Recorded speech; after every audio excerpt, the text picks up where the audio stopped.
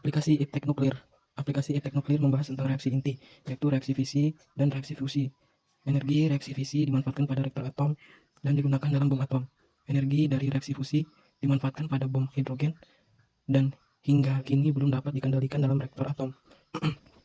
Reaksi inti. Reaksi ini terjadi pada inti atom yang tidak stabil mengalami peluruhan dengan memancarkan sinar A, B, dan Y agar menjadi lebih stabil. Dalam reaksi inti berlaku kekekalan nomor massa, kekekalan nomor atom, dan kekekalan energi.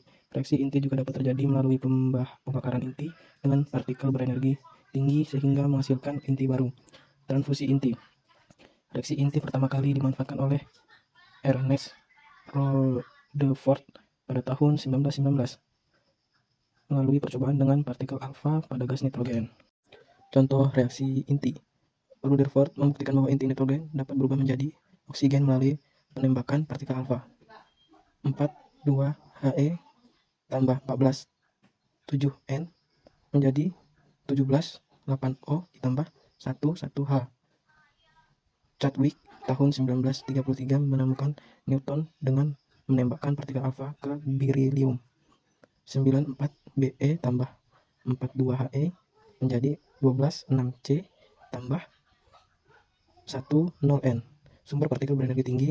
Reaksi inti dapat terjadi dengan menembakkan partikel bermuatan, misalnya proton, yang dihasilkan oleh siklotron. Neutron juga dapat digunakan dengan biasanya berasal dari reaktor atom. 2. Perhitungan energi reaksi inti. Bentuk umum reaksi inti. A tambah X menjadi Y tambah B tambah Q. Q sama dengan energi reaksi. Berlaku hukum kekekalan energi. Energi sebelum reaksi sama dengan energi sesudah reaksi. Energi reaksi Q dihitung dari selisih massa reaktan dan produk. Q sama dengan massa reaktan dikurang massa produk dikali 931 mF per U. Pembuatan isotop radioaktif dengan reaksi inti. Reaksi inti dapat dimanfaatkan untuk memproduksi isotop radioaktif. Caranya dengan menembakkan partikel tertentu ke inti atom stabil dalam kurung tidak radioaktif sehingga terbentuk inti baru bersifat radioaktif. Partikel yang paling sering digunakan adalah neutron, karena neutron tidak bermuatan listrik sehingga tidak ditolak oleh inti atom dan lebih mudah masuk ke dalam inti. Sumber neutron umumnya berasal dari reaktor nuklir fisi. Contoh reaksi isotop stabil emas 197 AU. Ditembakkan neutron menghasilkan isotop radioaktif 198 AU. 10N tambah 197 AU menjadi 198 AU. Isotop radioaktif 61 Cu dapat dibuat dengan menembakkan partikel alfa pada 59 CO.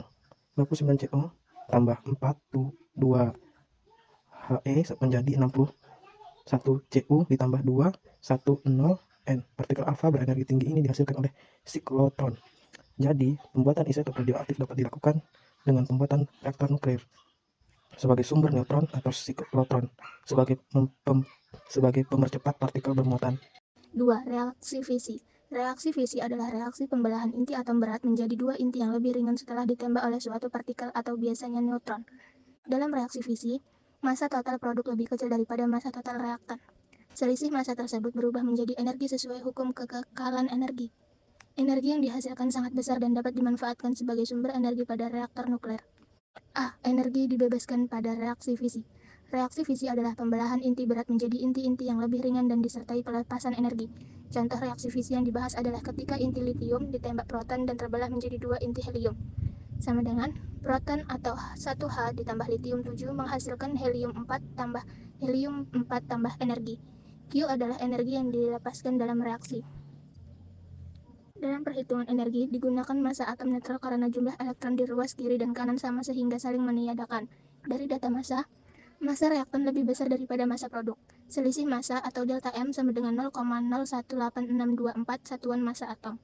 Energi yang dilepaskan dihitung dengan rumus Q sama dengan delta M kali 931 mega elektron volt per satuan massa atom. Hasilnya diperoleh energi sebesar 17,3 mega elektron volt untuk setiap satuan atom 7 Li yang membelah. Energi besar ini berasal dari perubahan massa menjadi energi, sesuai prinsip kesetaraan massa energi. Namun, proton yang digunakan harus memiliki energi tinggi, yang diperoleh dari alat pemercepat partikel bermuatan seperti siklotron. B. Reaksi fisi uranium-235. Pembelahan inti pertama kali ditemukan pada tahun 1939 oleh Otto Hahn Lise Meitner, Fritz Strassmann, dan Otto Fritz. Mereka menemukan bahwa inti uranium dapat membelah menjadi dua inti yang lebih ringan setelah menyerap neutron lambat. Dalam inti atom terdapat dua gaya utama. Satu, gaya nuklir yang mengikat nukleon agar tetap bersatu. Dua, gaya tolak menolak kolom antar proton yang cenderung memecah inti. Pada kondisi tertentu, atau misalnya setelah menyerap neutron, keseimbangan gaya ini terganggu sehingga inti berat seperti uranium dapat membelah dan menghasilkan energi yang sangat besar. Proses pembelahan inti uranium 235. Pada inti berat seperti uranium 235, terdapat keseimbangan antara dua gaya, yaitu gaya nuklir atau gaya tarik kuat yang menyatukan nukleon dalam inti, gaya tolak menolak kolom antar proton yang cenderung memecah inti. Pada inti berat, keseimbangan ini mudah terganggu. Ketika inti U235 menyerap neutron lambat, terbentuk inti gabungan U236 dalam keadaan tereksitasi atau energinya bertambah. Model butiran cairan. Proses fisi dijelaskan dengan model butir cairan yang menyamakan inti atom seperti status cairan. Setelah menyerap neutron, inti menjadi tidak stabil dan memanjang. Gaya tarik nuklir melemah karena jarak antar bagian inti membesar. Gaya tolak kolom menjadi lebih dominan. Akibatnya, inti membelah menjadi dua bagian. Hasil pembelahan. Pembelahan U235 menghasilkan dua inti baru yang lebih ringan atau disebut pecahan inti, misalnya barium dan kripton. Beberapa neutron bebas atau biasanya 2 atau 3 neutron. Energi yang sangat besar. Reaksi umumnya dapat ditulis neutron ditambah uranium 235 menghasilkan uranium 236 yang tidak stabil, kemudian meluruh menjadi N1 ditambah N2 ditambah neutron. Inti gabungan U236 hanya bertahan sangat singkat atau kurang dari 10 pangkat min 12 sekon, sehingga proses pembelahan berlangsung sangat cepat. Intinya, fisi U235 terjadi setelah menyerap neutron lambat, menyebabkan inti tidak stabil, membelah menjadi dua inti lebih ringan, melepaskan neutron-neutron baru dan energi besar. Ya, reaksi berantai terkendali dan tak terkendali. Setiap pembelahan satu inti U235 menghasilkan rata-rata sekitar 2-3 neutron. Neutron-neutron ini dapat menumpuk inti U235 lainnya dan menyebabkan pembelahan baru. Akibatnya terjadi reaksi berantai, yaitu rangkaian pembelahan inti yang saling memicu. Jumlah pembelahan dapat bertambah sangat cepat mengikuti pola deret geometri 1, 2, 4, 8, sehingga dalam waktu singkat banyak inti membelah. Jika dua atau lebih neutron dari setiap pembelahan terus menyebabkan pembelahan berikutnya, maka terjadi reaksi berantai tak terkendali uncontrolled chain reaction. Setiap satu reaksi fisi melepaskan energi sekitar 200 MeV, sehingga reaksi berantai tak terkendali dapat menghasilkan energi sangat besar dalam waktu sangat singkat. Reaksi berantai chain reaction adalah sederet pembelahan inti di mana neutron-neutron yang dihasilkan dalam tiap pembelahan inti menyebabkan pembelahan inti-inti lainnya. Pada reaksi berantai tak terkendali, lebih dari satu neutron hasil fisi menyebabkan pembelahan berikutnya. Energi yang dihasilkan sangat besar dan dilepaskan dalam waktu singkat, sekitar 2,28 kali 10 pangkat 10 kWh untuk 1 kilo uranium. Energi sebesar ini dapat digunakan sebagai senjata pemusnah massal, seperti pada bom atom. Pada reaksi berantai terkendali, hanya satu neutron dari setiap fisi yang dibiarkan memicu fisi berikutnya. Neutron lainnya diserap oleh barang pengendali, biasanya terbuat dari bahan seperti kadmium yang mampu menyerap neutron tanpa mengalami pembelahan. Prinsip inilah yang digunakan dalam reaktor nuklir. Di reaktor atom fisi. Reaktor atom atau reaktor nuklir adalah tempat terjadinya reaksi inti berantai yang dikendalikan. Saat ini, reaktor yang beroperasi adalah reaktor fisi. Reaktor termal. Sebagian besar reaktor komersial adalah reaktor termal, yaitu reaktor yang menggunakan neutron lambat untuk membelah inti U235. Reaktor atom pertama dibangun oleh Enrico Fermi pada tahun 1942 di Universitas Chicago. Komponen dasar reaktor. Reaktor termal memiliki 5 komponen utama. Elemen bahan bakar, umumnya uranium 235 yang telah diperiksa sekitar 3%. Moderator neutron, memperlambat neutron. Batang pengendali, menyerap kelebihan neutron. Pendingin, mengeluarkan panas.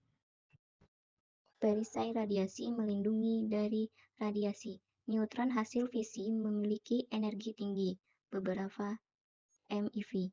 Sedangkan yang efektif membelah U235 adalah neutron lambat, min 0,04 eV. Karena itu, reaktor memerlukan moderator untuk memperlambat neutron agar reaksi dapat berlangsung terkendali dan efisien. Neutron berenergi tinggi atau neutron cepat perlu diperlambat agar dapat membelah inti atom secara efektif. Proses perlambatan ini dilakukan oleh moderator, yaitu bahan seperti air biasa, air berat, grafit, atau berilium. Moderator yang paling umum digunakan adalah air. Neutron cepat kehilangan energinya saat bertumbuhkan dengan molekul air, terutama atom hidrogen, sehingga menjadi neutron lambat yang lebih mudah menyebabkan reaksi fisi. Dalam reaktor nuklir, keluaran daya harus dijaga tetap konstan. Jika setiap satu pembelahan inti menghasilkan tepat satu pembelahan baru, reaktor berada dalam kondisi kritis atau normal dan stabil. Jika kurang dari satu, disebut subkritis atau reaksi melemah. Jika lebih dari satu, disebut superkritis atau reaksi meningkat dan berbahaya. Kondisi superkritis yang tidak terkendali dapat menyebabkan pencairan teras reaktor dan kebocoran bahan radioaktif. Untuk menjaga kestabilan, digunakan batang pengendali yang mengandung bahan penyerap neutron seperti boron atau kadmium. Jika reaktor menjadi superkritis, batang pengendali dimasukkan lebih dalam untuk menyerap kelebihan neutron. Jika subkritis, batang ditarik sebagian agar lebih banyak neutron tersedia untuk fisi. Untuk menghentikan reaktor sepenuhnya, batang pengendali dimasukkan penuh sehingga reaksi fisi berhenti. Reaksi fisi di dalam reaktor menghasilkan energi panas yang meningkatkan suhu reaktor. Untuk menjaga kestabilan suhu, digunakan bahan pendingin seperti air atau karbon dioksida. Air disirkulasikan dengan pompa, di mana air panas keluar dari bagian atas teras reaktor dan digantikan oleh air dingin dari bagian bawah secara terus-menerus. Hasil pembelahan inti juga menghasilkan radiasi gamma dan neutron yang berbahaya. Oleh karena itu, reaktor dilengkapi dua jenis perisai dan radiasi. Perisai pertama melindungi dinding reaktor sekaligus memantulkan neutron kembali ke inti reaktor. Perisai kedua adalah perisai biologis dari beton kerapatan tinggi yang berfungsi melindungi para pekerja. Reaktor cepat atau fast reaktor menggunakan neutron berenergi tinggi dan tidak memerlukan moderator. Reaktor membiak cepat memakai bahan bakar PU-239 dan mampu menghasilkan bahan bakar lebih banyak dari yang digunakan. U-238 yang mengelilingi inti reaktor menangkap neutron dan berubah menjadi PU-239. 1. Reaktor penelitian. Reaktor penelitian bertujuan memanfaatkan neutron untuk penelitian, iradiasi, dan produksi radioisotop. Panas yang dihasilkan dibuat sekecil mungkin dan dibuang ke lingkungan melalui dua sistem pendingin, yaitu sistem primer yang mengangkut panas dari teras reaktor dan sistem sekunder yang membuang panas melalui alat penukar panas dan menara pendingin tanpa kontak langsung dengan sistem primer. 2. Reaktor daya dan PLTN. Reaktor daya memanfaatkan panas hasil reaksi fisi untuk menghasilkan listrik dalam sistem PLTN atau pembangkit listrik tenaga nuklir. Panas dari reaksi fisi digunakan untuk menghasilkan uap bersuhu dan bertekanan tinggi yang memutar turbin. Kemudian turbin menggerakkan generator untuk menghasilkan energi listrik. Salah satu jenis reaktor daya adalah reaktor air bertekanan atau Pressurized Water Reactor atau PWR.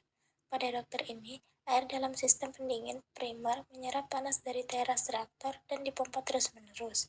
Suhu air dapat mencapai sekitar 300 derajat Celcius, tetapi tidak mendidih karena diberi tekanan tinggi atau sekitar 160 atmosfer. Air panas dari sistem primer mengalir ke alat penukar panas dan memindahkan kalor ke sistem pendingin sekunder tanpa terjadi kontak langsung. Air pada sistem sekunder berubah menjadi uap bertekanan tinggi yang memutar turbin dan generator sehingga menghasilkan listrik. Uap yang keluar dari turbin kemudian didinginkan di kondensator menjadi air kembali dan dipompa lagi ke penukar panas untuk mengulang siklus. 3. Reaksi fusi. Dua inti ringan dapat bergabung membentuk sebuah inti yang lebih berat.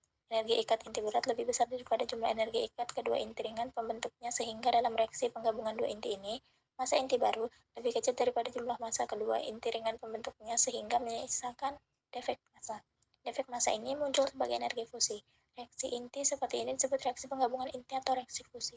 Syarat terjadinya reaksi fusi. Reaksi fusi terjadi jika dua inti ringan seperti deuterium atau H dapat bergabung. Namun penggabungan ini terhalang oleh gaya tolak kolom antar proton. Untuk mengatasi gaya tolak tersebut, inti harus bergerak dengan kelajuan sangat tinggi, yang berarti membutuhkan energi kinetik dan suhu yang sangat tinggi. Reaksi fusi memerlukan suhu sekitar miliaran Kelvin atau RD 109K. Suhu setinggi ini memang sulit diciptakan di bumi, tetapi secara alami terjadi di bagian dalam matahari dan bintang-bintang. Energi matahari dihasilkan melalui reaksi fusi, sehingga fusi berperan penting dalam mendukung kehidupan di bumi. Karena memerlukan suhu yang sangat tinggi, reaksi fusi disebut juga reaksi termonuklir. Rantai proton-proton yang terjadi di bagian dalam matahari dan bintang-bintang. Di dalam matahari, fusi berlangsung melalui rantai proton-proton, yaitu proses bertahap di mana 4 inti hidrogen bergabung membentuk suatu inti helium sebagai hasil akhir. Dalam proses rantai proton-proton, dua reaksi awal harus terjadi masing-masing 2 kali agar terbentuk 2 inti yang dibutuhkan pada tahap berikutnya. Pada akhirnya, 4 proton bergabung membentuk satu inti helium. Proses ini juga menghasilkan 2 positron, 2 neutrino, dan 2 sinar gamma, serta melepaskan energi yang sangat besar sebagai sumber energi matahari dan bintang-bintang. Dalam rantai proton-proton, 2 reaksi awal terjadi 2 kali sehingga total energi yang dilepaskan sebesar 24,7 MeV. 2 positron yang terbentuk mengalami pemusnahan pasangan elektron pair annihilation dengan elektron dan menghasilkan tambahan energi 1,02 MeV. Fenomena ini disebut elektron pair annihilation. Jadi, total energi yang dibebaskan dalam rantai proton-proton adalah sekitar 25,72 MeV. 4. Pemanfaatan radioisotop. Radioisotop adalah isotop tidak stabil yang memancarkan radiasi untuk menjadi stabil. Karena memiliki waktu paruh pendek, radioisotop seperti I131, CO60, dan CS137 tidak diperoleh dari alam, tetapi dibuat melalui reaksi inti di reaktor nuklir. Pembuatan radioisotop dilakukan dengan menembakkan neutron ke nuklida stabil. Karena neutron mudah menembus inti atom, contoh radioisotop buatan antara lain Na24, P32, Cr51, Tc99, dan I131. Berikut resum yang tidak terlalu panjang dan tidak terlalu singkat. Radioisotop adalah isotop radioaktif yang dapat digunakan sebagai perunut atau tracer karena radiasinya bisa dideteksi. A. Penggunaan radioisotop sebagai perunut. 1. Pengobatan. Radioisotop dimasukkan ke dalam tubuh untuk mengetahui kondisi organ. Setiap organ menyerap isotop berbeda, sehingga kelainan seperti penyumbatan pembuluh darah dapat dideteksi. Radioisotop juga digunakan untuk terapi kanker, misalnya dengan isotop kobalt 60 yang memancarkan sinar gamma untuk membunuh sel kanker. 2. Industri digunakan untuk melacak pergerakan lumpur di pelabuhan serta mendeteksi kebocoran pipa minyak atau gas tanpa perlu membongkar tanah. B. Pemanfaatan radioisotop berdasarkan sifat radiasinya. 3. Penentuan umur dengan radioaktif. Penentuan umur fosil menggunakan karbon 14. Setelah makhluk hidup mati, kadar C14 berkurang sehingga dapat digunakan untuk memperkirakan umurnya. Intinya, radioisotop dimanfaatkan dalam bidang kesehatan, industri, dan arkeologi karena radiasinya dapat dilacak dan diukur.